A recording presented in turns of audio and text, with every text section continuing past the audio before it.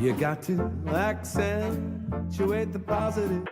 Wow, I feel good. A little bit of feel good goes a long way. You're listening to Karen Swain, teacher of deliberate creation, accentuating the positive, showing you a way to a better life. Accentuating the positive, it's not just fad, it's sanity. Who in their right mind would accentuate anything else? Clap along if you feel like that's what you want to do. Hello, and welcome to another show, Accentuating the Positive with Karen Swain. Always a blessing to be with you all. I see we've got 5 people online already. Yoo-hoo! Send me a comment if you're watching and say hello, say g'day. Well, today I've got the wonderful Lee Chandler on the show with us. Welcome to the show, Lee. Karen, always a pleasure to see you. Thanks for having me on. This has been a long time coming. I think I booked you in a few months ago and then things didn't happen. But here we are. We're here. Going to hear, there's Pat. Hello, Pat from Bellingham, US, WA. We're going to hear about Lee, what Lee has been up to. He's been up to some amazing things, and I'm going to read Lee's bio and let you all know. Valerie, hello, Valerie. Let you all know a little bit about Lee. So Lee Chandler is the founder of the Wise Old Soul podcast and a businessman with more than 30 years experience in land development and commercial and residential building in the US and Canada. The combination of his personal and business experience has made Lee well suited to expand his philanthropic endeavours as the co-founder and president of his charity Bracelets For Buildings Inc, B4B, building homes and dwellings for some of the poorest people in Asia.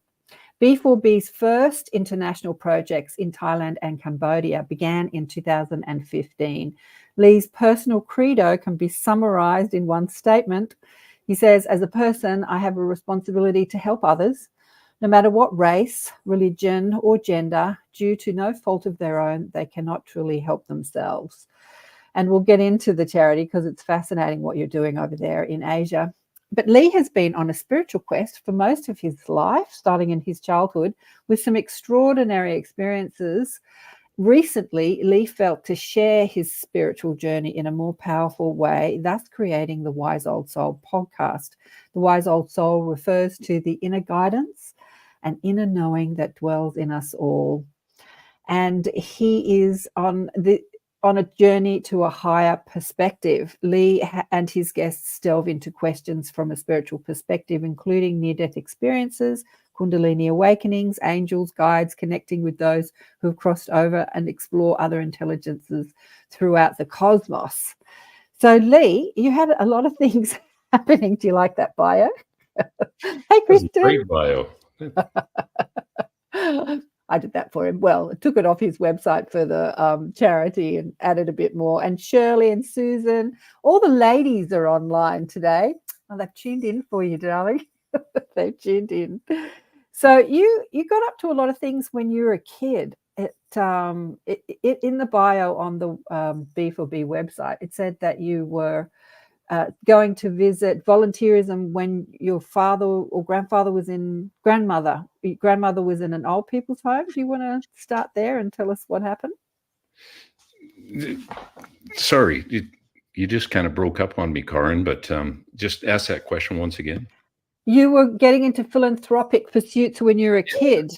Yeah, thank you. Do you want to tell us what was going on?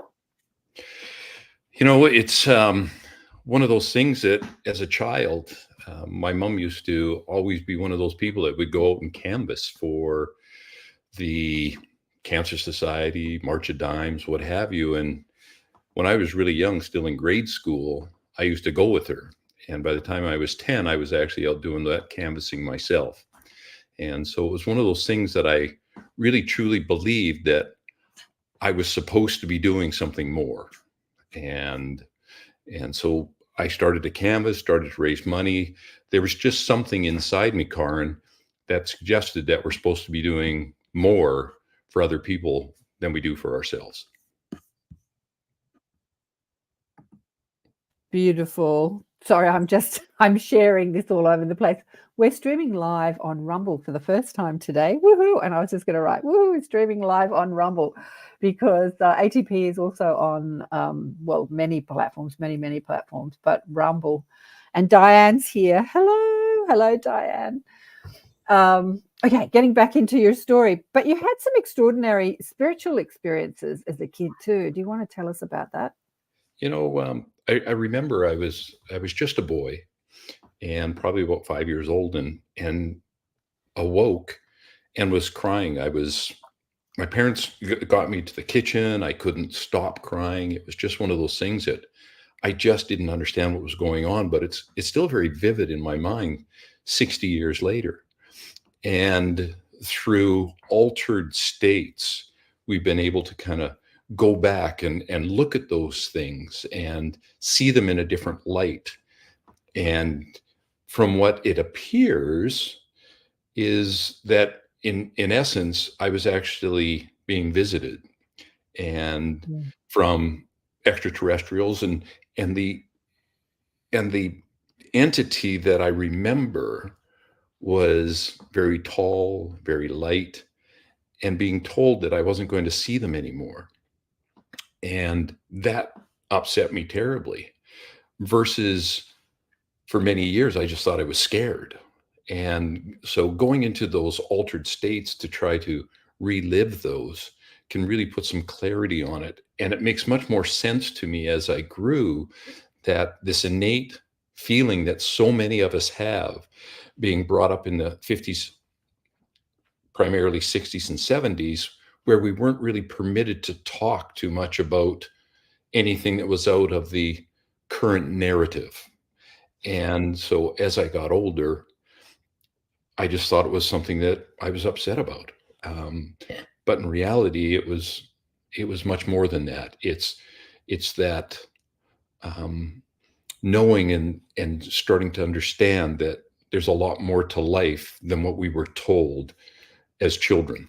And so now we start to question that. And obviously that's carried on for 60 years. And finally, I'm starting to speak openly about it. And I'm finding there's a lot more people that want to talk about it as well, Karin. Yeah, absolutely. That's the podcast show. Exactly. I just think I put a lot of hosts on my show that have other shows, and people might think, it's competition with your show, but I don't have a competitive bone in my body. I think that podcast shows like yours and mine, there can't be enough of them. We can't get this information out there, just for exactly what you said. When you talk about being visited and being scared as a kid, I remember my best friend who died at 36. She killed herself.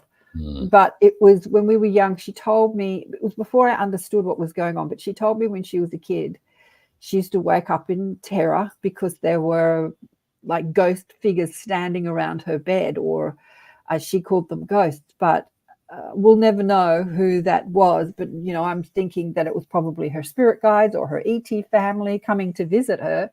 But as a kid, she just was terrified. Yeah. And so having these conversations on your show and my show, where we understand that we're not being haunted, that it's actually our team, our mob coming to say hello, whether they come from different dimensions, either grandma, dead grandma, or grandpa, or great grandma, or spirit guides, or our ET. Yeah, the ETs seem to understand the whole malleability of consciousness, that they can be physical and non-physical simultaneously. They've got a handle on all this, haven't they, Lee? Absolutely. There's just so much more, Karin. And really, as you said, that's what we're really promoting on our podcast, is giving people the opportunity to tell their stories, explain what's happened in their lives, what they've experienced, with no judgment. That doesn't mean that you and I are agreeing with 100% of what anybody says, but we're allowing them that place to openly talk about it and interface with other people of like minds. And I think an open mind is just critical in today's marketplace. Yeah. The world is changing, and people need to understand what's going on. So you've had quite a few extraordinary spiritual experiences that you've shared with me, and maybe some that you haven't. Do you want to go into some more of them? Well, I think we all have had experiences, Karin, that we really don't understand. And for me, the key was I was in my late 30s when my father passed. And I remember standing outside. My father had been quite ill, and it was a situation where it was a matter of unplugging things, and it had been decided beforehand that that's not the way he wanted to live. And as simple as it was, we were standing outside as everything was getting disconnected. And I remember looking at my brothers and my mother saying, maybe we should be inside with Dad.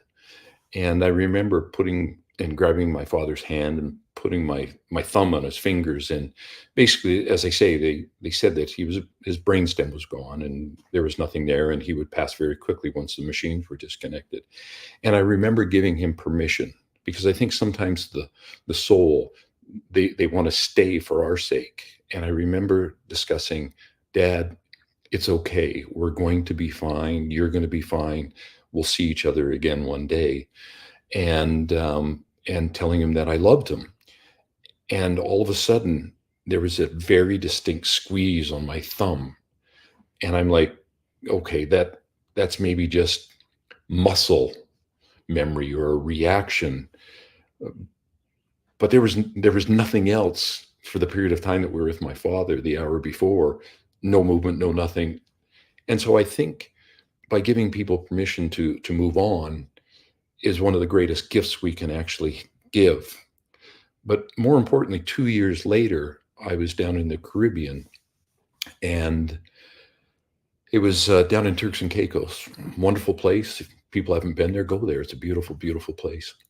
And I was in bed, went to sleep, and in the middle of the night, I remember I was out on the deck, and it was about 100-foot long deck at the facility we were staying. And I was with my father hand in hand, looking a little younger. He's extremely healthy. And we were having a conversation, and we were levitated as we went down the deck. And we're having this great conversation, mind to mind. And I remember seeing everything at the facility as we went by each room, the open area, the kitchen, washrooms, things like that. And we turned at my room, and there was no air conditioning. It was just open slats. The breeze would come through. And I remember as we turned, I looked and I saw myself in bed, in which case it was like a lightning bolt. I mean, hitting my body again so quickly, and lying there almost in shock going, gosh, well, not really gosh, but other words, going, I don't know exactly what happened, but my goodness, thank you so much. And about a minute later, up in the upper corner of my room, it's like someone took a sparkler that we have at the 4th of July that children run around with, and it went off. And I looked up in the corner, and all of a sudden my father's face, and I'm lying in bed. I'm awake now, and I was awake then.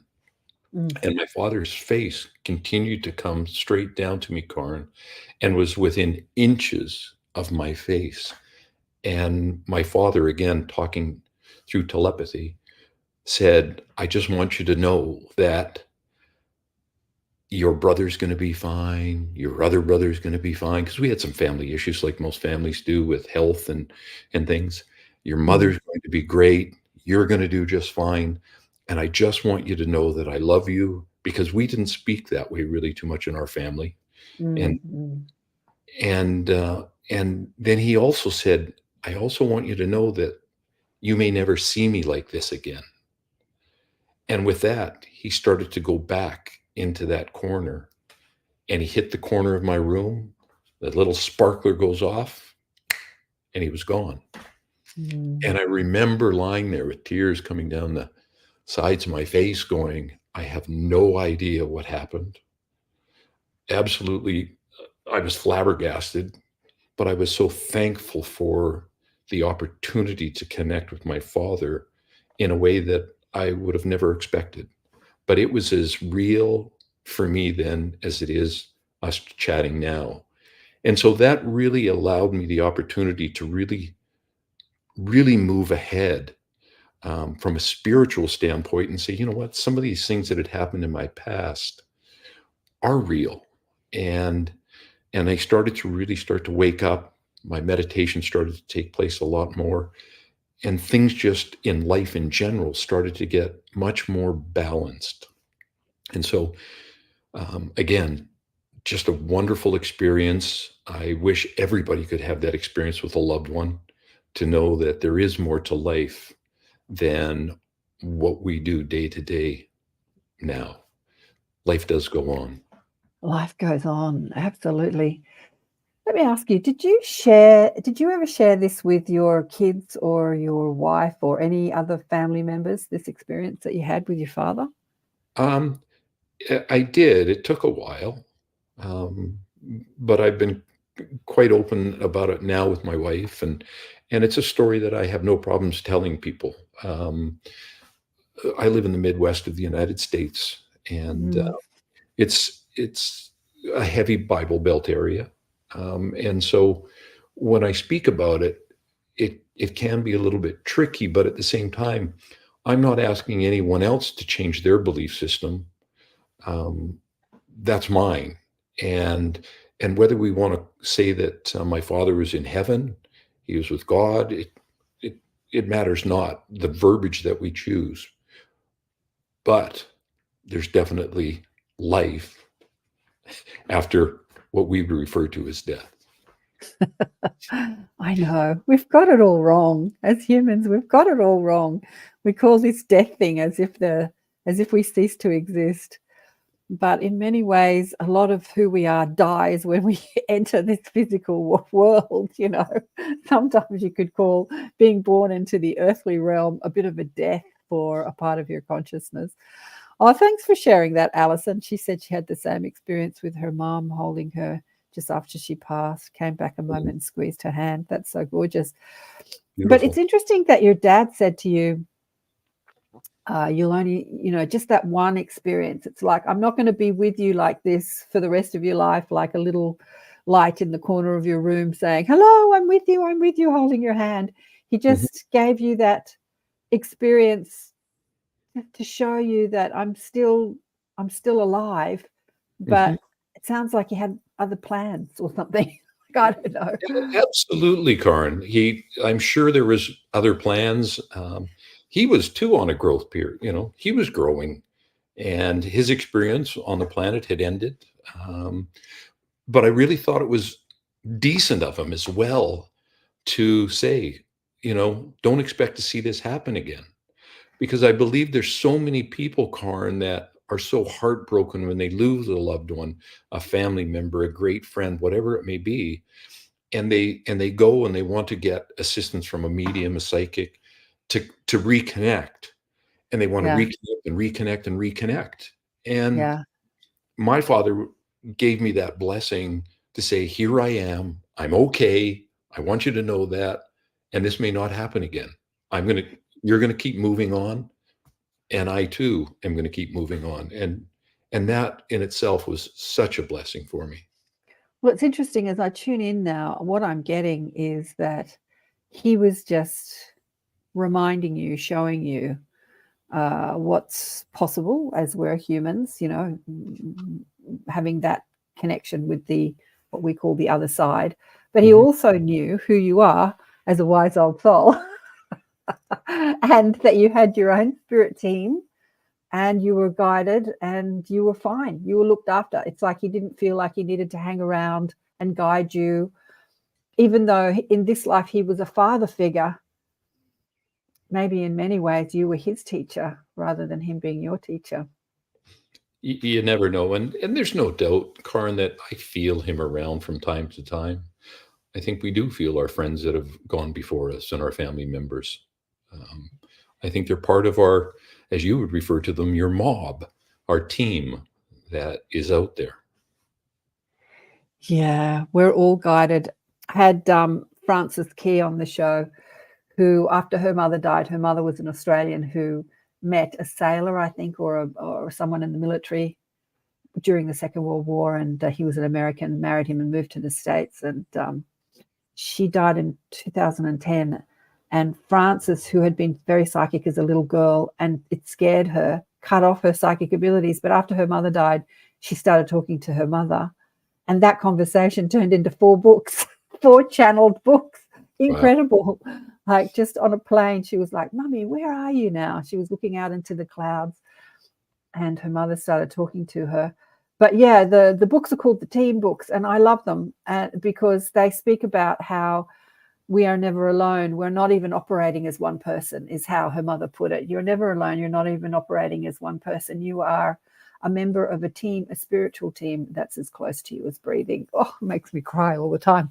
And we forget when we have these physical life experiences, we have this experience of operating as one person, as separate to everybody else, as separate to other human beings, as separate to the earth, as separate to the animals, as separate to spirit. But yet the truth is we're not even operating as one person. As you discovered when you had Sheila on your show, talking about all those ways that different consciousnesses can walk into bodies, right? Last week, this week, was it this week? Yeah, this is past week, and which was very interesting in itself. Sheila was wonderful to speak with, a great perspective on how these walk-ins happen.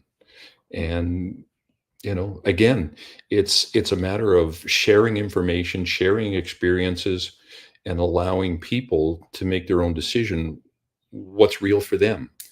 But I agree with you. And ever since I was a small boy, a very specific religion as such was never in the forefront for me. However, I did believe that we were all connected with that silver umbilical cord, and that each and every person on this planet, when they're born, they're here for a reason, and they are here to make a difference. If one person hadn't been born the way it is, the world could be a different place, because we never know what their ancestry is going to be, or I should say, really their offspring, who they're going to be as time goes on. So I agree with you, Karin. It's very important to understand that we are a team. And when we get aggressive towards one another, we're really getting aggressive towards ourselves. And that we're here to make a difference in other people's lives. That in turn allows us to grow a whole lot.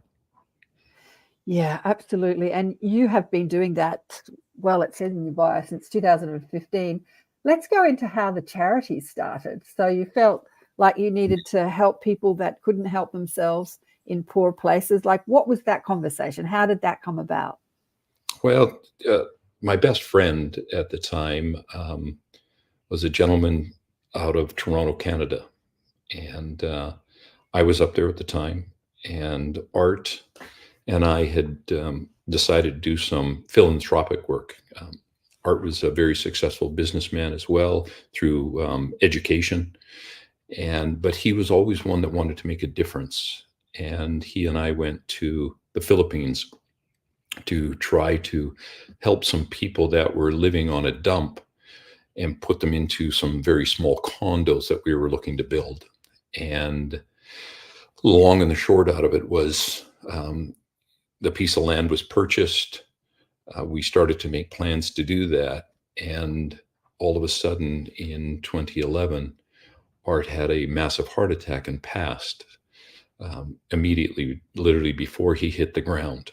And he was much, much too young to pass. But at the same time, because we had already started this, I wanted to continue that. And the person that we had aligned with in the Philippines wasn't quite as honest as we had really thought. So I ended up leaving the Philippines, and my wife and I had ended up moving to Singapore. And a very good friend of mine out of Canada, living in Calgary, we had talked about going and trying to finish a project that Art had started on his own in Cambodia. And many people understand that Cambodia was an extremely poor country. through the Pol Pot years back in 1975, and really no education for almost 20 plus years. And so Art had started a project at a Wat, at a temple over there. He himself was a Jewish gentleman, but was all about making a difference in everybody's lives. He did not get into if people were one religion or color or gender or anything. He just didn't care. It was all about people. And so Kent and I, the gentleman that actually formed Bracelets for Buildings with me, we ended up in Cambodia and went to finish what Art had started, and it had already been done. And so there we were with a little bit of money in our pockets going, what do we do? And myself, being involved in construction and land development for so many years, we said, maybe we can build a house, renovate a house for someone. And we were blessed to be introduced to a young lady that had been looking after her mother, who had a little bit of dementia, but she herself had been blind since the age of 12, and their house was quite dilapidated. So we did that work. We started thinking maybe we should make this a social enterprise. We started building a couple of extra houses over the next year or so, and it was obvious that we needed to set this up in such a way that it was a charity here in the United States, Bracelets for Buildings, and up in Canada, which is Carpenters for Cambodia. And we did that because some of the people that were donating to us would really appreciate having a tax receipt, which was all fine. And we also wanted to be totally above board, that everybody could see what we're doing and understand what we're doing, that we weren't hiding anything. Social enterprises have a tendency to have a little bit of an edge on them when people really can't say, hey, where does the money go? And I'm very happy to say that we operate at significantly less than 5% of the monies that come in actually get used for supporting the charity. So almost everything goes back out into building. And so we started building a couple of houses, and our mandate, Karin, was to teach people in whatever country we were in. And as I say, we were in Cambodia at the time. We also have done work in Thailand, specifically with an orphanage that is a great operation in itself. And one house led to two, that led to four. And we used to jam them all together, get some gentlemen together to work with us. And finally, we ended up with a team and put a team manager in place.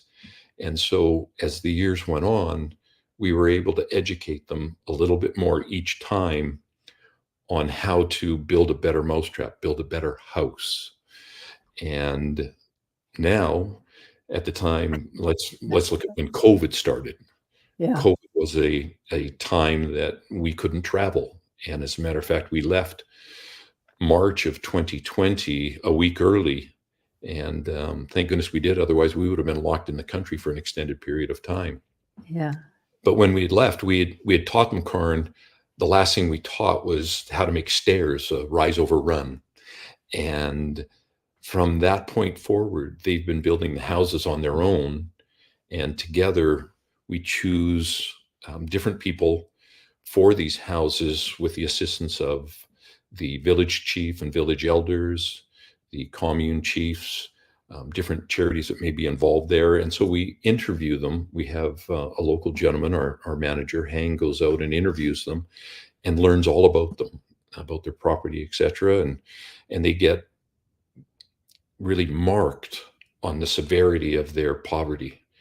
And it's very, very difficult. We have probably a list of about 40 people that are well deserving of houses, and we try to always pick the most deserving or the ones that need it the most. They're all deserving, but the ones that need it the most. And so we raise money and we filter the money back over. We get every receipt for it. We pay the gentleman, and all through COVID, it probably supported 70 or 80 family members with food and keeping a roof over their head during COVID, in which case many people went from poverty to just unbelievable poverty. And so that's how it grew. That's how it started. And here we are a few years later, we just finished our 85th home. And so we're proud of that and look forward to building another 85. I think you've got to drive on the website to reach that 100, right? To reach It is. We are driving for 100. 100 homes. Yeah. Yeah. It must be a challenge, as you say. You can't help everybody, and when you're in those countries, there's so much need and so much poverty. That would be challenging. Yeah, because you can only help as many as you can help at the time. You can't build millions of houses. You can only build a couple at a time. How do you overcome that? It's very challenging. You're absolutely correct, Karin. It's not easy. But having said that, when you stay focused on making a difference, and whether that's to one family, 25 families, 85 families, you do it one at a time. We've all heard the story of the person walking down the beach with sand dollars scattered all across the sand, and the guys or the woman, the person's reaching down and throwing that sand dollar back, and somebody comes up and says, look at them. There's hundreds, if not thousands, on the beach. Does it really make a difference? And he throws another one in the water and says it did to that one. And so we kind of follow that same format, that we just want to try to make a difference where possible. And we have a firm belief that those that are wanting to make a difference, they show up in our lives. And so we continue to build a house a month and just keep chugging along. Did you because I know that you've worked for, you did the Habitat for Humanity. I did that a few years ago too. Did you do that before you started Bracelets for Building or after? I did some Habitat for Humanity locally here that we got involved in here in the States. We didn't. We just kind of went, we have some money and there's people that need some houses, so let's go build them. And yeah, that's how it started. A friend of mine. I'm sorry. Sorry, a friend of mine has worked in many NGOs, and you're right about the charities. Like some of the biggest charities, and I'm not going to mention their names, but the biggest charities. So much money that you give goes into staff fees and marketing, and so little of it actually goes to help those people. It's shocking what goes on inside charities. And she was filling me in over lunch one day about what goes on inside charities. She's worked for many of them, but anyway, she was working for one of them, and I think Habitat, and she got a rock star to go over and to inspire people and take a big group of people over to Indonesia, and we built houses over there. I jumped on board with her. I can't even remember the rock star's name. Isn't that terrible? She's quite famous. But I got to look at what goes on over there. And I think, unlike you, Habitat actually gets the people involved. Like, you've got to raise the money, then you've got to go and build the building. It's quite an effort. But it is. Yeah, to see how people live.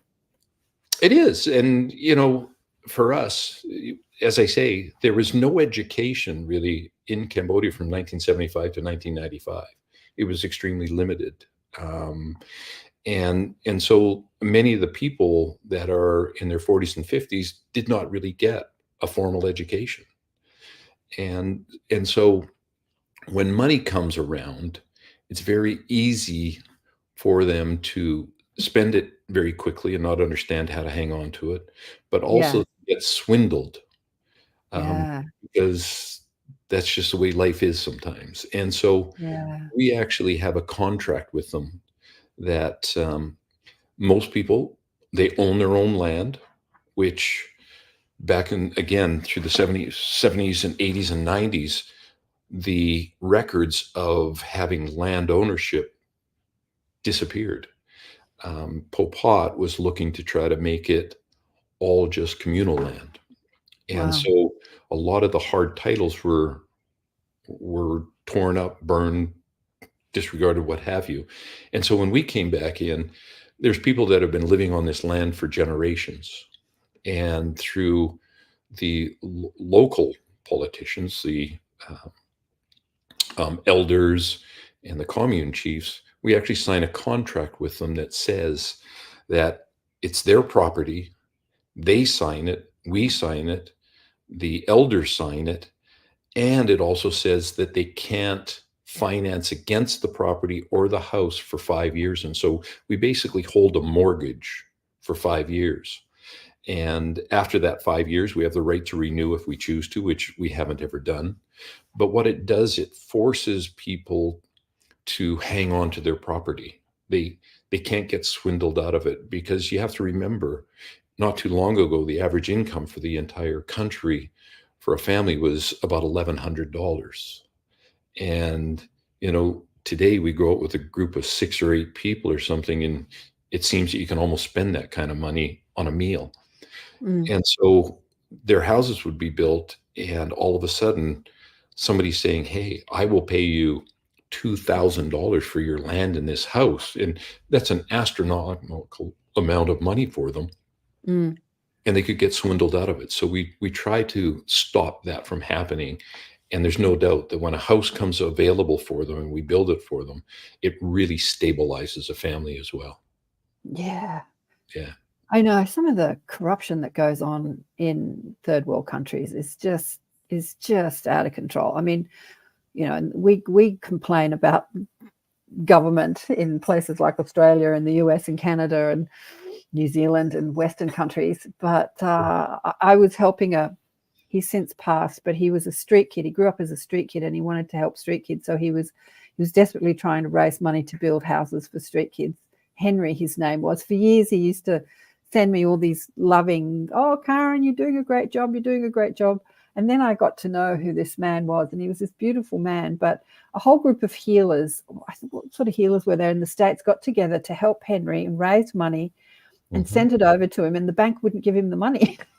Like the bank said, where'd all this money come from? You can't have this money. And they just wouldn't release the money. And so we had to sort of drip feed money to Henry, because if it was a big amount, just, a couple of $100 is a big amount over there, as you say. Yeah. Like we had to drip feed, but Henry ended up getting very sick and dying. And I don't know what happened to all those children that he was trying to save. But yeah, when we look at the world, like these third world countries and the spiritual community, we talk about ascension and how we're all moving into love and light, and corruption is going to go away, and we're all going to be loving. And what do you think about that when you're working inside those third world countries where there's so much corruption and poverty? Do you think ascension is going to hit there as well? What do you think, Lee? In many ways, they're ahead of us. And I'm going to give you an example. Early on, when we built a house for this lady, and her children had gone through some horrific things, and she had been through some horrific things. But the fact is, we were introduced to her, we built the house, and we also supply them with what we call a starter kit. And that starter kit would be, rice and spices and, noodle soup and dried fish and, a few different staples just that may help them over the next month. And before anyone moves into a house, specifically in Cambodia, the house has to be blessed by the monks. And so the monks come and they do the blessing, the starter kit arrives, so everything is there. And afterwards, the whole village and everybody that's around that area has already shown up and participates. And there doesn't seem to be any animosity about, you got a house and I didn't, and I'm as worse off as you, or just as bad. Why don't I get there? We don't see that. And after the ceremony, we noticed that all sorts of people are walking around with bags of rice and bottles of hot sauce and different commodities that we had actually purchased for her. And through the interpreter, I said, help me understand. You have all these goods now and you're giving them away. And she says, well, yes, I have. They don't. So I share it. Yeah. And the next question I said, well, if you give it all away, what will you do tomorrow? And she had this wonderful, beautiful smile on her face. And she said, I'll worry about tomorrow. Ah, And it was just one of those ones that just caught you and go, you know, we in the Western world walk around and not to take any away from Eckhart, but live in the now, you know, they live in the now. And I mean, yeah. they're aware of tomorrow, but they're in the moment and they're happy in the moment. Would they like more? Yes. Would they be happy to get more? Yes. Are they satisfied with what they have? They have life. They have their children. They have their grandchildren. Yes, they want more, but they're happy with what they have. And so they teach us so much. And I will tell you, Karin, that the Lee Chandler that arrives in Cambodia or Thailand and go and do this work, the Lee Chandler that leaves is never the same. And I can promise you, with people that have come with us, because we have people, we call them ambassadors, and those ambassadors raise enough money on their own for at least half a house, and most do a full house, and we donate it under their name, but we call them an ambassador, which allows them to come and actually work on the house with us in Cambodia at the time. And everybody, when they leave, understand that the impact they had was huge, but they got so much more out of seeing what they were doing and watching these people than they could ever do in North America. It was just, it's always fascinating to see, but your heart opens up in a totally different way, because those people will never do anything that I'm aware of that would affect us over here, right? Yeah, well, you actually answered a question I was going to ask you. How does it change you going over there to do that work? But you just answered it. Yeah, absolutely. So the corruption really lies just in the government. The people themselves, for the most part, as you say, are living in the moment and grateful for everything they have. So maybe for them, ascension is easy. And when and if the world does change, as everyone's talking about, when the event happens, the light, whatever, is like, I had Ann Tucker on the show last year, and she was talking about this light event that's going to change the world. It's going to change consciousness on planet Earth. Yeah, it'll be easy for those people, right? But it's just the people that think they're in power. Hey, Sherry. But really the ones that are in power are those ones that are living in the moment. We think that the ones that are making the rules and handling the money are the ones in power, but the powerful are the ones that are living in the moment and knowing that they're loved, really.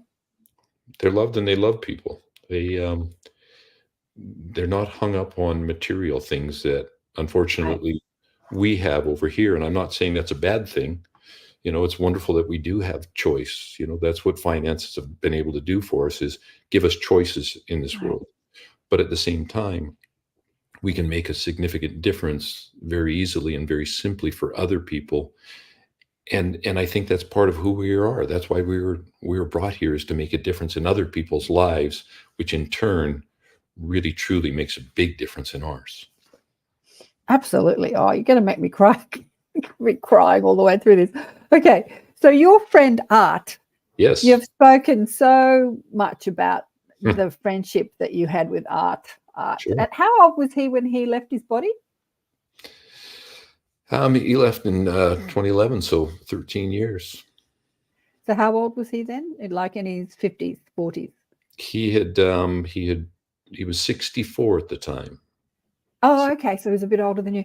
Oh, all right. Oh, He was 12 years older than me, and which is yeah. You and Art have spent many lives together, and you've spoken to him since. Do you want to share that with us? You know, and it's not so much speaking with him. You know, I was fortunate enough to do a regress into a past life, and Art and I were rekindled there. I got to experience that. And, you know, Karin, the regression was absolutely fascinating for me. But specifically in regards to art, and we can talk about the regression later, but with art, I just feel him with me at times. And I hear him. He used to always say the word fantastic. That's just art. He loved to see people just growing and seeing positive things in the world. And it was always just fantastic. And I'll be doing things, and I mean, it's like art standing behind me, just going fantastic, which just always brings a smile to my face. And so, again, like my father, I feel him. And I feel many people that have been in our lives that have passed.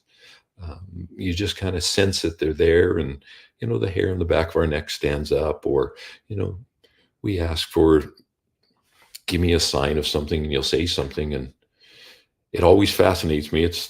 I should not be surprised, but I still get surprised when you say, hey, show me this, and I want to see that, and all of a sudden, I mean, that quick it shows up, whether it's a feather, whether it's a butterfly, or whether it's some words in a song.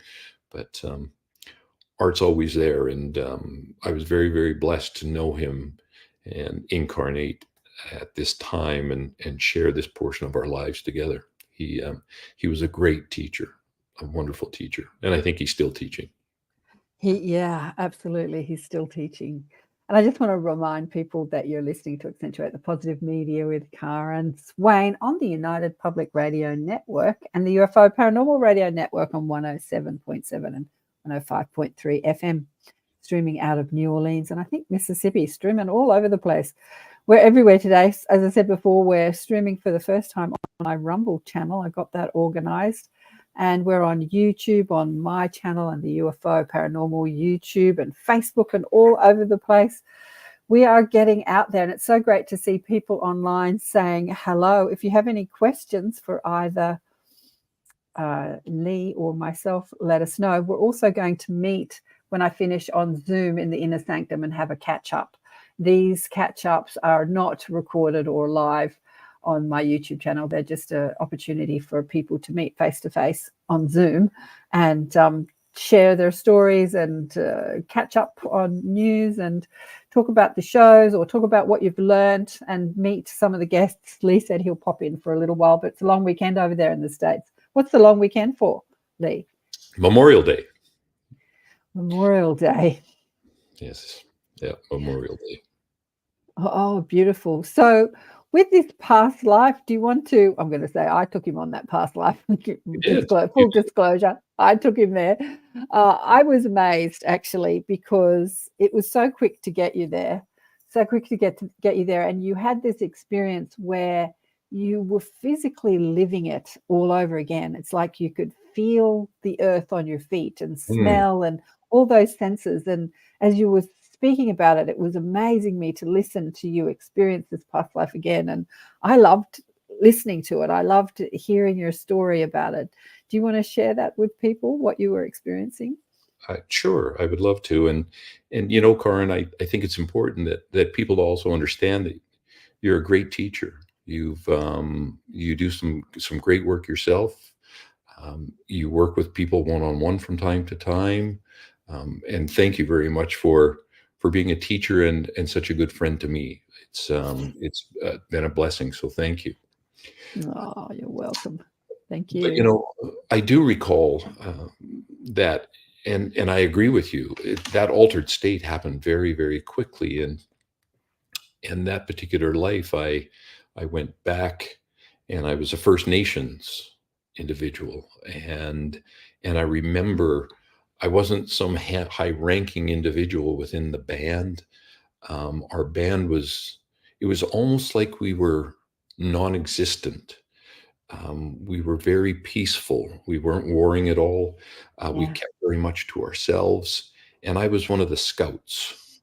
And I remember creeping through grass and seeing where other people would have been because we really avoided them. We always avoided conflict. And as I went through and over mountaintops and through valleys and rivers and things, but creeping through the grass and seeing where they were so that we could actually move our band, our group of people, to stay out of other people's ways. And it, as I say, it was very peaceful. But as life went on, we started to cross with more modern times. And I remember, and I'm moving through this quite quickly, my own children at the time they were attracted to more urban living. They were interested in being back into a town. And we were going way back. We're in the 1800s, but still there was more activity there. No different than young people today. They branch out on their own, but lo and behold, as time went on, my children came back, and they were back and part of the band, but they participated in the activities of what they would have referred to at the time as the white man, and being involved with other band nations, and which wasn't necessarily all good. And so when they started to come back to the band, it was very warm for me. It was very good for my heart. I felt very connected to my children. I had a very good connection with my children at the time, but was also willing to allow them to experience their lives, no different than what we're doing today. We allow our children, our grandchildren, to still experience those things in growing up in life, no different than what we did. Hopefully we're a little bit more open to allowing them to experience things. And I think they're much more in tune. So many of them are star seeds and things that we need to allow this. But the children had come back, and I was able to go from that stage to the point of when I was going to transition and move on from that physical life. And that was one of the most beautiful, relaxing times, because I had my family around me. I remember having a large skin over me. I remember lying down, my family all around. And in a very short period of time, I just remember my body just literally peeling out as I came above my own body. And when I came out, I was greeted with other elders that had passed and other band members that had passed. And the first person that greeted me was my friend Art. Obviously, because we know one another as souls. We understand it's the soul that we really connect with. It wasn't Art's physical appearance when I met him, coming out of that. It wasn't the same man that I knew, through the 90s and the 2000s, but it was the essence of who he was. And that in itself, I remember just emotionally feeling so happy to see him again. And seeing my family, they had a clear understanding that I had gone on to other things, that I really wasn't gone. But it was a fascinating experience. Again, it reinforced for me that life continues to go on. And, I'm looking at some of the notes that are coming up, and I see Eric had made a couple of comments of life goes on, and I totally agree with him. Life does go on. We have many incarnations. I can't tell you if it's hundreds or thousands, but there's no doubt that we do come around more than once. Was Art with you in that life, or was he just there to greet you when you finished that life? I can't remember. He was there, but I don't remember a whole lot about our experience together. But when I crossed over, he was there. He was there. So it was my impression that he was a very old elder when I was much younger. And so he was part of the tribe at that time, the group. Part of the tribe. Yeah. Fascinating, but just felt so wonderful. So good. Yeah. Because I know with many therapists, hip regression sessions often takes ages. Like my first regression session, I got nowhere when I was like in my early 20s.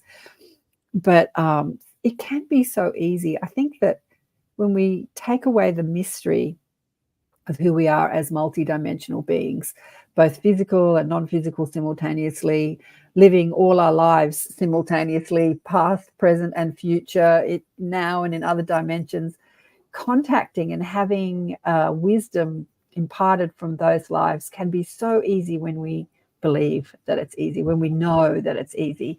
It can be really easy. So I think now, as the humanity is really starting to just start to understand consciousness, like I had Kevin Briggs on the show, who seems to be a master of consciousness. He can at will leave his body and astral travel, and travel in an astral form or the form of an energy orb, or project his consciousness. He's got all those skills, very humble, but he can do all that. And I think humanity is just waking up to that, like who we are as this multidimensional. We can access things, other lives if we want to. Yeah. But I think it was on Preston's show. You had Preston on your show, didn't you? That you revealed an experience you had with some grace. Was it with Preston? I can't remember. But do you want to share that? Do you want to share that with us? Yeah, and I must say, Preston, what a wonderful individual. If everyone's out there has that opportunity, it was a great show with Preston, and I think you'd really appreciate what he has to say, especially because he's quite right-brained, I think, originally, and he definitely has a tendency to crack us open. But this was back in the 90s, and I had gone down to a place in New York State, and which is kind of out in the Alleghenies. And that night, I remember we were up just watching some videos and things like that. That's when we were all sliding tapes into machines to watch different movies and things. And all of a sudden, I was just getting a little bit tired, and my girlfriend at the time was miles away up in Canada. And I had the opportunity. There's Preston. There he is. That's it. I was starting to get tired, and I thought, I think I need to go to bed. And I had a couple of people with me that had experienced ETs for many, many years out in the western portion of Canada, to the point that they were dealing with small grays. And there was two that would visit them on a regular basis, and they referred to them as EB and CB. Yeah, and I was like, okay. And again, it's a matter of allowing people to share what they experience. And so, who am I to say they were wrong and what have you? And I'm like, okay, that's fine. Anyways, I go up and I'm getting ready for bed, and I don't drink. I'm not into substances abuse of any sorts, and I'm upstairs and I'm getting ready for bed, and I'm feeling just off a little bit. I'm not sick, just to the point that I almost wanted to pass out. I was a little vertigo. I called home and was talking to my girlfriend, and I was having problems speaking. I was slurring words. And finally, I just remember saying, I got to go. I'll talk to you in the morning. And I'm one of these people that usually wake up in the middle of the night and kind of acknowledge what time it is and roll over and that kind of thing. But that night, I literally hung up the phone and I rolled on my side, and I really felt this extreme presence, and I couldn't open my eyes. And there's something going on. Something's weird. And finally, and this was within seconds, I forced my eyes open, and inches from me again.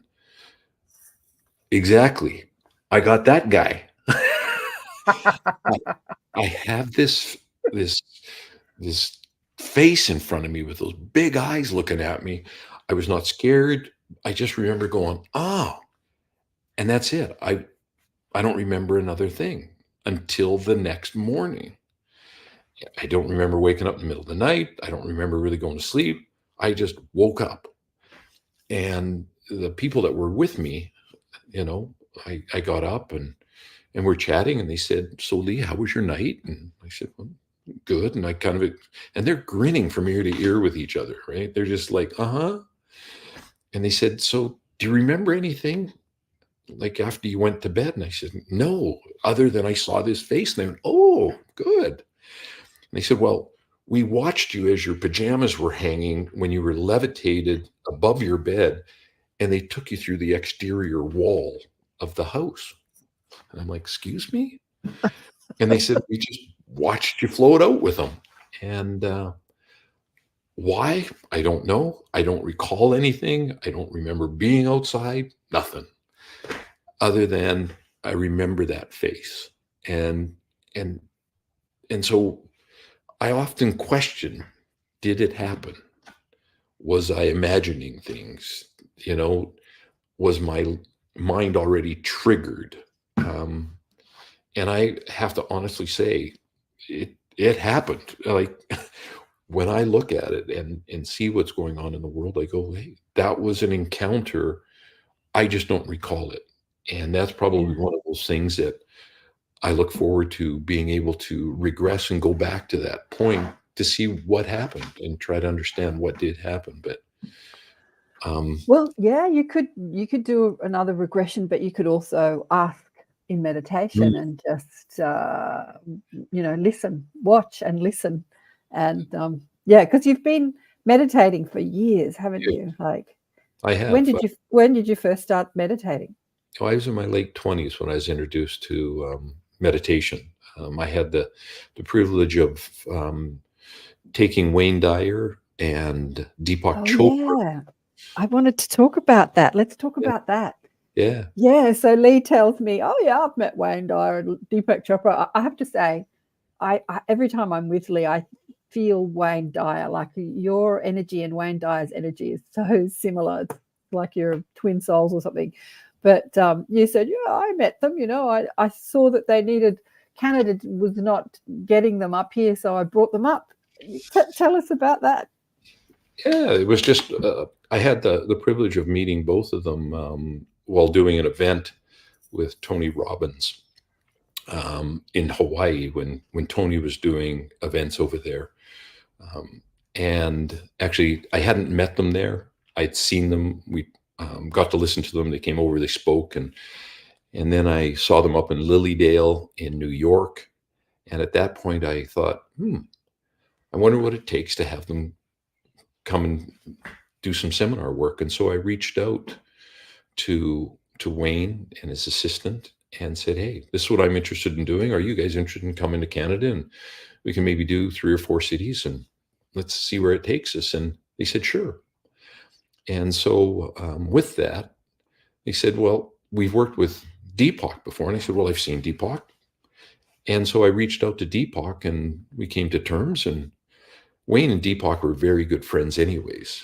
And so we ended up doing 3 cities up in Canada, Toronto, Calgary, and Vancouver. And so we got to know them on a little bit of a different playing field, a little bit more on the human side.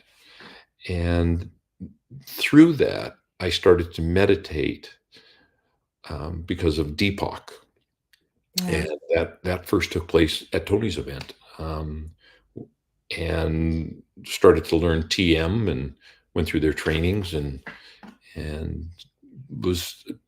got pretty good at meditating. And at some points we sometimes break away from things, and it just wasn't working for me as much. And so I looked for some different methods. But in between that, I took Wayne and Louise Hay back in, I think it was 1996 or 1997, so quite some time ago now. And we went to Europe, and we did Ah. 4 different countries over there together. And that was very enlightening as well. All 3 of these people, wonderful people, had something to share. I enjoyed it thoroughly. I wouldn't suggest that it was a money-making venture by any stretch for me. But I believe that when we speak and when we do things, if we can positively affect one person, you just never know when that's going to ramp up and really make a difference to the masses. And so we did those, and it was just a great experience, wonderful experience. So you went to Europe with Louise and Wayne, did you say? That is correct. Oh, wow. Yeah, look, they were the spiritual teachers that I first encountered too when I woke up, I don't know, in my 20s and 30s. When I say woke up, when I was seeking and like on a quest, like a thirst for knowledge, and read all those books and the Conversation with God books and saw them speak many times and also met them all. But I remember Wayne came out here and did a big conference in the city, in the big conference center, and there were thousands of people listening to him. When you say it wasn't a money-making venture, I think that was a money. I think that some money was made, but Sure. he was not well known out here at the time. And I was there with my girlfriend, who's since passed, and we saw him out in the hallway. He had his little table where he was sharing his books, and we were walking towards him. He was standing there beaming this big smile at us, and no one was around his table. This is a regret I will go to my grave with. No one was around his table, and my girlfriend and I, we were young, we said, oh, look, there's that guy that was up on stage. Look, look, look. We were walking towards him, and he was beaming at us, and we both did a right-hand turn and walked into the cafe and sat down in the cafe and looked at each other and said, why did we do that? It was bizarre. It was like a tall poppy syndrome. We didn't want to seem like, like little fans. Do you know what I mean? Like we wanted to sort of be cool.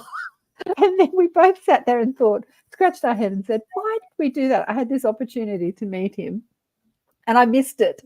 And we went back out there to meet him, and he was surrounded by people, and then they ushered us back into the hall. It was all, we all missed the opportunity. But yeah, that's a regret, because he was standing there all alone, beaming this big smile, and we could have gone up and given him a hug and said, thank you so much. But at the time, I didn't really know who he was. And then I read all his books after that. Sure. But what a wonderful man. And Deepak, Wayne, well, Deepak's still here, and Louise and Wayne have left the planet, but I saw Deepak speak in Sydney 2 years ago, and he was talking about we're all holograms and Beam Me Up, Scotty will be a reality one day. And I was loving this conversation. That man is such a cosmic human being, but he doesn't come out publicly and talk about it, because I tell you what happened. People were leaving the auditorium in droves as he spoke about these things, which was totally lighting me up. And I've never, again, I think I was in my early 30s back then, I've never heard Deepak speak like that again. I'm sure he does maybe privately, but not publicly. He tends to dumb it down for the mainstream mind. What do you think? Did he ever speak like that when you were talking about how we're all holograms? And he definitely spoke over dinner and things sometimes, that life was not what we really think it is. Right. It was very, very rudimentary.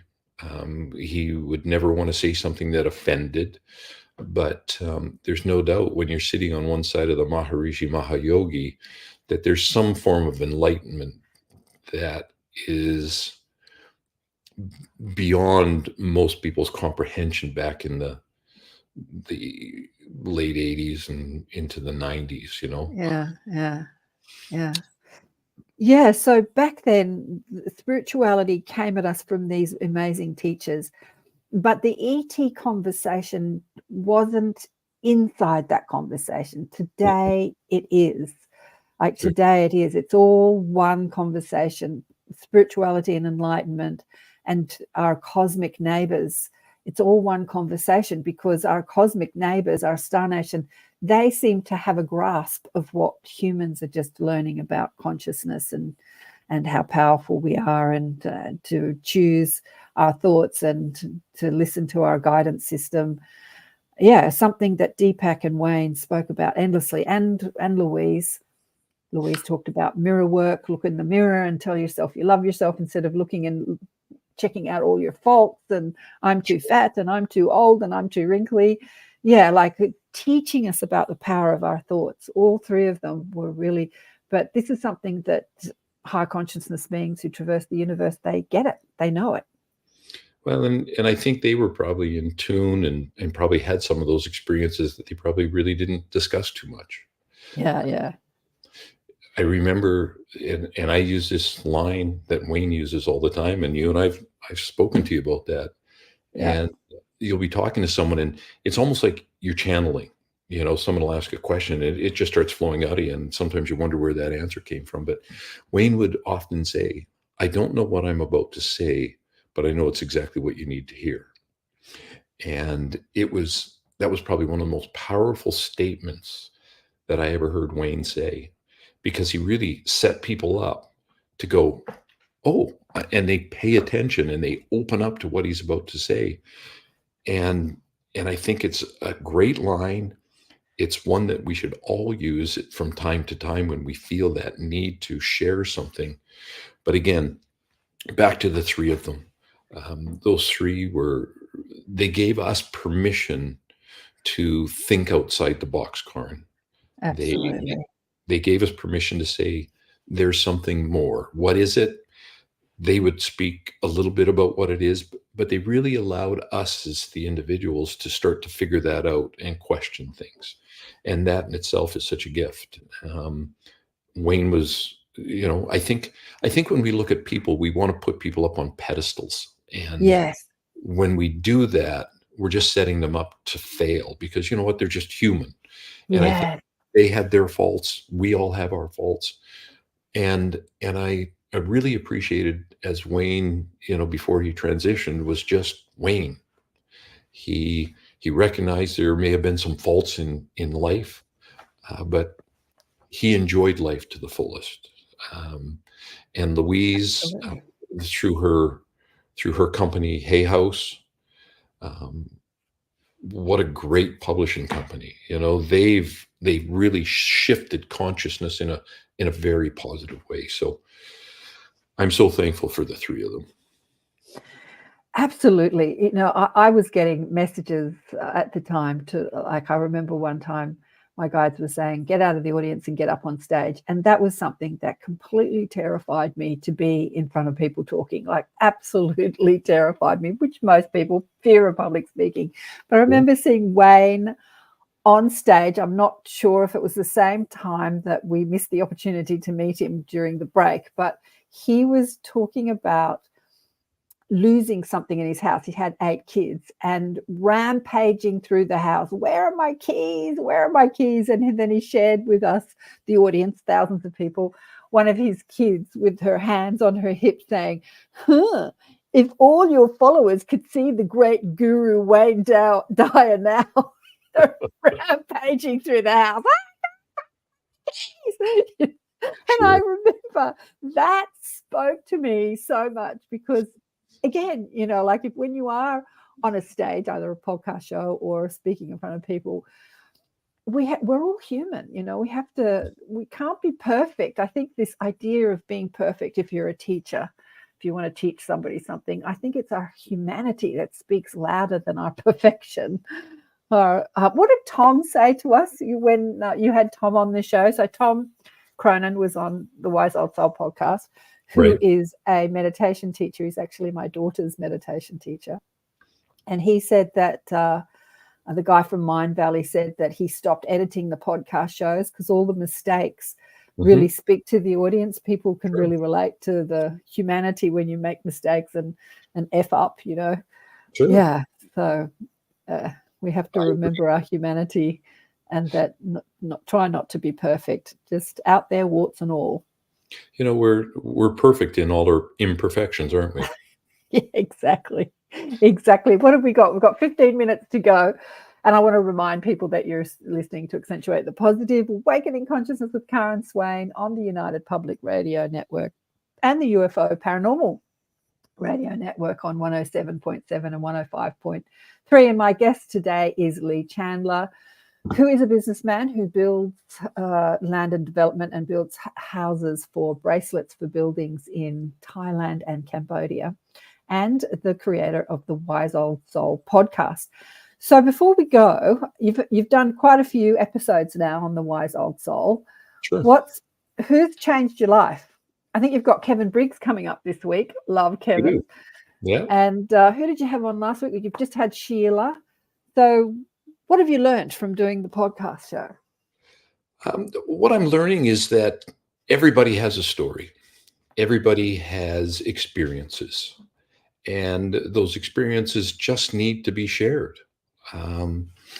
There's no rules. I think there's people that have learned and are much more open to sharing their ideas. But the fact of the matter is, everybody, hence the wise old soul. I named it that because each and every person, we all have this wise old soul within us. And it's just a matter of learning to recognize the fact that it's there, trusting it, allowing it to come through us, and having these individuals come on that podcast. It's just proof in the pudding that they've been able to learn, they've been able to understand what goes on, and they share those experiences. And those people, no different than Wayne, Deepak, and Louise, they give us permission to think about what's happened in our lives and what aligns with us. Because that wise old soul inside us all will be attracted to those things that are important to us. So what am I learning? Just to be open, just to allow things to happen and be ready for some wonderful things that can happen in our lives. And there's a lot more to it, a lot more to our lives than we've given credence to it. At least that's what sure appears. And as you said, Karin, the other thing is the blending of our galactic friends, our intergalactic friends, experiences are very much aligned with this same awakening of consciousness that's taking place today. Yeah, absolutely. I'm just trying to bring up you quite fancy the platform Rumble, don't you? And so you're streaming live on Rumble, and you're also on YouTube. I'm just trying to find. There you are. Just trying to find you on Rumble to share this on screen. And where else are you streaming? You're streaming on Rumble, and we're doing a little bit on Podbean and that's right. Apple. On all the is that working? That's not working. No, I've streamed the wrong thing. Well, no, those things, I've got it wrong. What? That's the best part of being live. It's just Talking the way about. That's right. And so, Karin, and the reason that I started the podcast is throughout my life, I'm one of these guys that my voice cracked at the age of 10, and people thought I was the hockey coach when I was calling to talk to my 10-year-old buddy. But, people have always said, Lee, you have a voice, you need to use it. And with encouragement from people, including yourself, we chose to branch out that way. And I don't think there's too many people talking about this. As you said, we're not in competition. This is about awakening. This is about sharing the goodness of our world. This is trying to make the place a better place, our planet a better place, people better people, and take away that judgment and allow people to be the best that they can be, because none of us are perfect, and we all have to learn to give a little and allow people to be themselves. Yeah. I suppose that people that you work with in business and in the charity, they haven't really found you on the Wise Old Soul, because it's not a conversation. Lee says to me, he also lives in the Bible Belt in America. When they think about psychic ability, they say it's the devil doing it. So these people haven't really found you there yet, have they? So that's going to be an interesting journey when you reveal what the conversations that you're having on the Wise Old Soul with your business associates and Sure. And I think it's important, Karin, you're right. There's a very strong religious belief here, and I respect that. I think it's important that if that's how they align and that's how they're feeling good, perfect. I'm excited for them. I hold nothing against them for their beliefs, and I hope they don't hold it against mine, but it's all about just being good human beings. I think all religions and all spiritual beliefs really lean that way. Just be decent to one another. Yeah, exactly. Uh, I'm just showing the charity website, Bracelets for Building, if people would like to donate and get involved in Bracelets for Building. I think it would be a great idea to get a group together to go over and see what you're doing, have a little sort of charity holiday in Cambodia or Thailand. sure. I reckon that would be great to see what you're doing over there and get involved. So, You yeah. you went by Set, and she was the very first young lady that we dealt with, and she's the maker of our bracelets. If you go one step further back, Oh, this one here, Rainbow yeah, so Bracelets by that's Set. Seth. Yep, her mother has since passed, and she lives on her own. And there's people that help her. And if you scroll down one more, there's a young lady. Her name is Tomb, and Tomb is right next door, and we built her a house. And her story was she had 3 children, and at the time, that's when we met her. She had 3 children, and just before that, she was pregnant with her son, and her husband at the time, they were living out in the jungle, had dug a hole and actually placed Tomb in that hole with the intention of murdering her, killing her. Oh my And God. the village people around had caught wind of that, and she had been buried, and they had dug her up and got her out. And she obviously survived. Her son survived. His name is Som Yang, which means lucky. And so Tomb and Set make a lot of our bracelets now, and we're making some eyeglass things, and it's just a matter of wanting to make sure that they feel like they're contributing as well.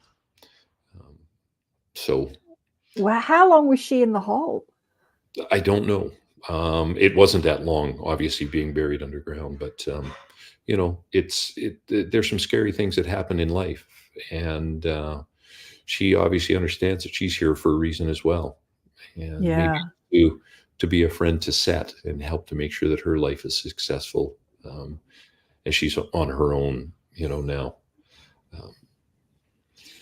I'm just loading the photos for people that are listening on radio. We're showing some photos from the braceletsforbuildings.com website, which is the charity, and load more. And you've got some artwork happening here. What's the artwork? That's one of our board directors, Russell Thomas, and Russell is a professional artist out of Canada and does some wonderful work. And he's been very supportive as well. He usually puts some of his artwork up for sale, and he personally, along with his wife Heather, usually raise enough money for at least one house per year. And he's been just a blessing as a board member. So he donates the proceeds for his artwork to the charity, for the charity to build houses. He does. He does. And, you know, part of my joy is these children. You know, I just absolutely love these kids over there. They have the most wonderful smiles. We end up playing tag, or you chase them around, but they just teach us so much. They're wonderful people. And that's a picture of Kent that you just went by. And which one's Kent? Here, this one here? Yeah, that's right. On the flashback. Yeah, with one of our recipients. And he's your business partner?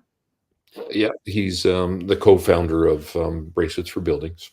Mm-hmm. And, you know, people can find us on bracelets, the number 4, buildings.com. And right there, those are pictures of Hang. He's our manager and is instrumental in making sure that everything happens. And obviously, we're seeing lots of photographs of the recipients and the monks, I see.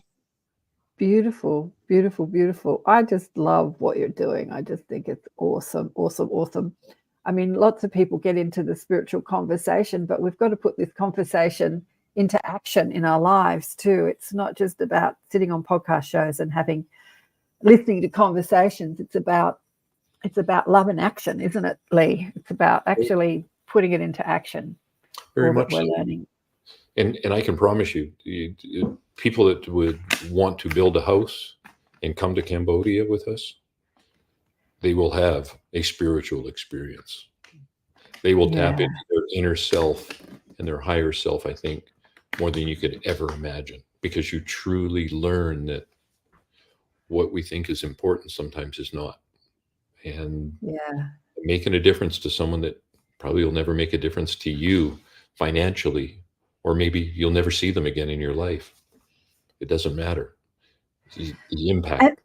And we also have the opportunity, we don't have to go to Cambodia to help someone in need. I was Absolutely. telling my daughter, my daughter was here over the last few days, we were watching a show on Netflix called Inventing Anna about the fake German heiress who conned everybody and lived this life of luxury, pretending that she had a $64 billion or $1 million inheritance, but she had nothing. She had nothing. And she was going to all these swanky parties and everyone was wanting to know her, and the energy about it all was like everybody wanted to know everybody. It was like, what can you do for me? How can I make money from you? Who are you and what can you do for me? How can you benefit me in some way? That's the energy of these swanky parties with the flowing champagne and everything. And I was telling my daughter that one day I went to one of those swanky parties. It was for a spiritual event, but it was still a swanky party in the city with everyone in their high heels and business suits. And as I was walking there through the city, I walked past a homeless man who just looked so desperate. I felt his desperation, but I was running late for the party and I went to the party and I felt that same energy that everybody wanted to meet you, not because of who you are, but what can I get from you? What can you give to my business? Or how can I make money from you? Like, who are you? And I couldn't stand to be there. So I left. I did meet one amazing woman, but I'm not going to go in. And I went back to the homeless man. I got him off the street and sat him down on a bench and started to listen to his story and then tried to teach him about the law of attraction. I think it fell on deaf ears, but I thought, well, maybe something will sink in, that can improve his circumstances apart from me just giving him food and money. Maybe something I say will sink in and it'll improve. I mean, I never know what happened to, but that was so much more fulfilling than being at this party with flowing champagne and hors d'oeuvres and everybody looking beautiful. Yeah. Sometimes your priorities. And I would suggest to the people that are even listening, obviously my passion is towards our charity of Bracelets for Buildings, but at the same time, I encourage people that it doesn't have to be our charity. It's any charity at all. Just go out, make an effort. There's nothing more valuable than time and sitting down on the bench. And, at some point, I'm sure you're going to have Garnet on your show and he'll talk about Albert, the homeless made a hit difference. Albert. Well, it's 3 minutes to go. I've had Garnet on the show probably 8 times, maybe 10 times. And his spirit guide turned up as a homeless man. And for that very reason, he turned up to sort of, he turned up physically as the homeless man. Anyway, you're going to, when is he coming on your show? He's coming on your show? In September. In September, yeah. But check out Garnet. He's all over the internet, but fascinating. Exactly. And I said to him, I've known Garnet for almost 10 years now. Does Albert, your spirit guide, still continually appear to you as the filthy, dirty homeless man? And he said, every time. Going on, we've got to go. Love you big time. You're amazing. Thanks so much for sharing with us. And what do you want to say to people to check you out? You know what? Check us out on the Wise Old Soul podcast. We're Wednesday nights at 6:00 Central Time here in the United States. Love to see you. Pass it around. I hope we can make a difference to you. If people are aware of people that we should have on that show, let us know. Reach out to us.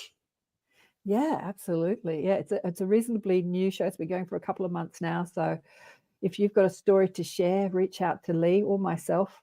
I'm actually booked out until September now. Thanks, Susan. Thank you, Sabrina. Thanks, everybody, for listening. So Lee's not as booked out as me. So, get in contact with Lee. Where can people get in contact with you, Lee? Quickly, we've got 1 minute to go. The Wise Old Soul at proton.me. It's an email. Get it to me. Love to chat. Big love to you. Thank you so much. Remember to join us on Zoom right now. We're going to have a group catch up. See you next time. Bye for now. Bye now.